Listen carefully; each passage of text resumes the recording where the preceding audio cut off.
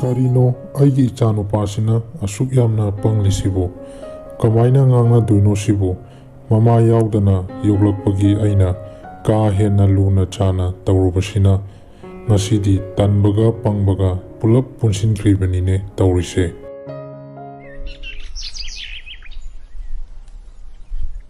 Tomba nachanupasi luhongbinaba tawrasi nong hek nganbadagi amaga mukchat tawraga dum leire pangna marol ama pangliba luhonglakanda khitang phabra amuk yenglasi.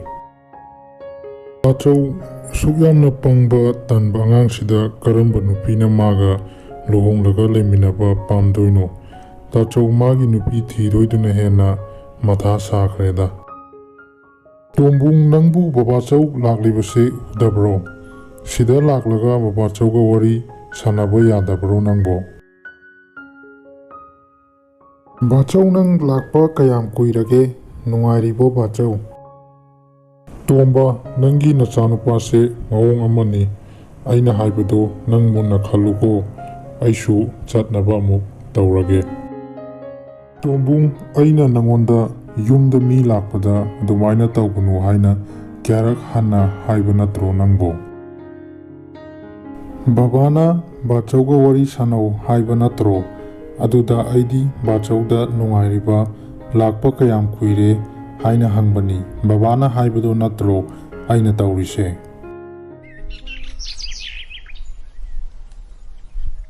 Tomba machagidamak khunduda nupi kaya ama hainarami adubu nupi amatana yaraklamde. Chanupane ipang pangba itan tanbaduga kamaina laiminadoino asingakta hairaklami. Khunsida ichabu nungsiba pamjaba nupise amata hek leitraba zatnida. Khunsida nanga luhongsi haibada nupi amatana yarakpa kauba leitre chanadi yam phabanina hayeng thangnaba khunsida nupi ama yengba chatkadabani maduda nangna tawgadabase nupidugi yum hek yawbaga tongliba sandal adu lokthoklaga mapanda thamlamu aduga manungda phamnaba thariba chair aduda tuminna phamduna layu makha tabadi babana loina tawge. Sandal lokthoka mapanda thamba aduga panda tuminna phamaga leidoba sandal lokthoga mapanda thamba aduga panda tuminna phamaga leidoba sandal lokthoga mapanda thamba aduga panda tuminna phamaga leidoba.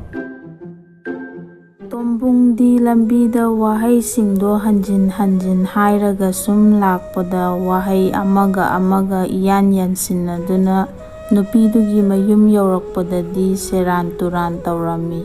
Sandalduna chair mathakta thamlaga thongjin mapanda famduna laikre.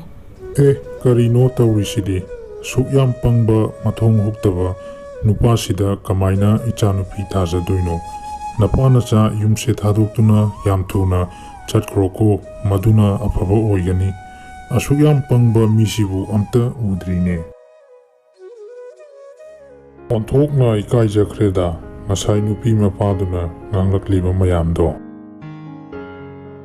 Tombung nangbu aina nangonda ngarang kari taw haina haige aduga nangna ngasai tawriduna karino napunsigi nupi thiba phangloiko nangdi phanglabasu nangondagi hena pangba sono phono chuba nupi gumba oina phangani ngasidagidi nangi nupise nangno oina thijaroko chalo nanga sana doba sono phono chuba nupi ama yengjaruro ngasidagi.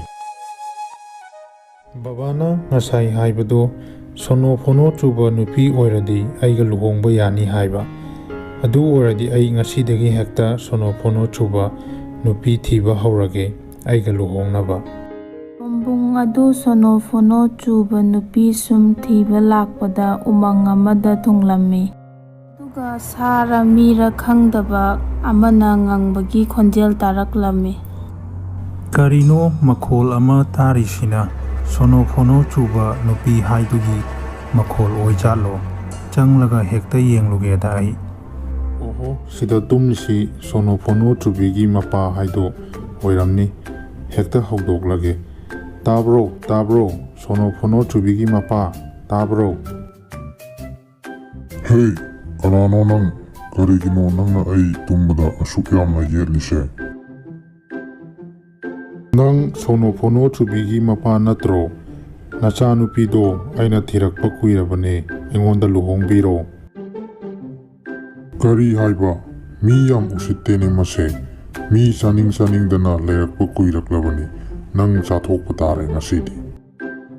Karino nangna lau khongdana tawridubu nupasina kanano? Nupasina aikoi ichanupiga luhongba pame haye. Nupasi mi yam usitte aina chathokpa tare ma.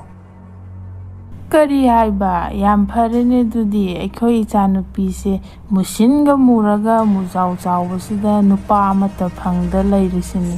Tanja chare nupa asida luhongbi haurasi. Nangna sonofono chubigi mamaro. Sonofono chubido kaida leige ai ma yam uninge. Nang sonofono chubibu unaninge ba.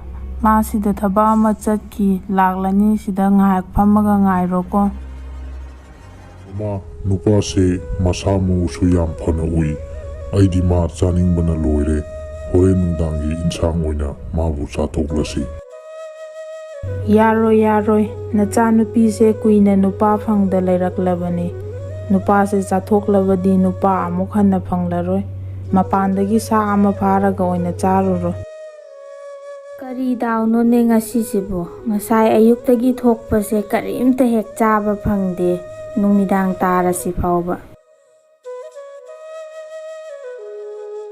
Nangbu ngasaidagi kadaida chatluge nangga luhongani haiduna nupa ama laktuna leirabani. Yam thuna chatlaga nupa ado yenglucho. Asengbaro ima kadaida lehauge nupadubo? Karino asidi musin mura mujau hek chawradana asiro aiga luhongdoriba sonofono chubi haisibo masak sibubada kiba ma phawida. Wow, masak khupajasidi ngawe he charadi haurani he. Nangsu nupase ubada amuk chaninglaklavra chaba yaroi ko nupase chathokladi nang nupa amuk hanna phanglaroi. Hoi ado akhoi babadi kamaina tawba mana chakradi? Adugini aina ngasaidagi sida sanglise ai ngahak leiraga amuk lakke nang nupase fajana senaramu. Ima hoina luhongnaba sem saba loire haise chatsilaoi bani. Asuk yamna thiba nupisiga kamaina luhongdoino aibu kadar ama tawraga nanthoknaba hotnarage. Asuk thuna kamaina luhongdoino ibani aidi yumsu sadri paisasu amata leite yum sanaba. Nang kaigi warino sana lupa paisa mayam pige nangi yum sanaba nangi dama ai leirasidi hujikti. Nigi sana mayam se lauro asi oiradi nangi yum saba adu konaradra. Hoi sinabudi konarani ado ibani iruzadana kamaina luhongdoino iru hana sengna lutholaga luhongdobane. Iru ludradi luhongba yadabro chatsilao adudi? Masigi saktibi sidagi nanthoknaba kadar ama tawdaba yadre. Kari kadar tawsige aibu. Bung adu iruzaba kumkhibadagi ising manungda adum lottuna laikre. Nang aduda kayam kuina laikige haino sachathuna karao aidi isingda kumakpadi ngammoi ai ising yam kijai. Masi nupasi ising manungsida sum leirabadi hayengdi ma soidana siramlani ma hayengdi soidana chaba yarani ai chatnaba tawrage thengkhranida. Ma khangni hayengdi soidana chathoklage aina. Oho saktibi nupido chatti chatkra male ai yum yawnaba chathaurage. Sonofono chubiduna amuk tanaraktana yum yawnaba hana chelhaurageda.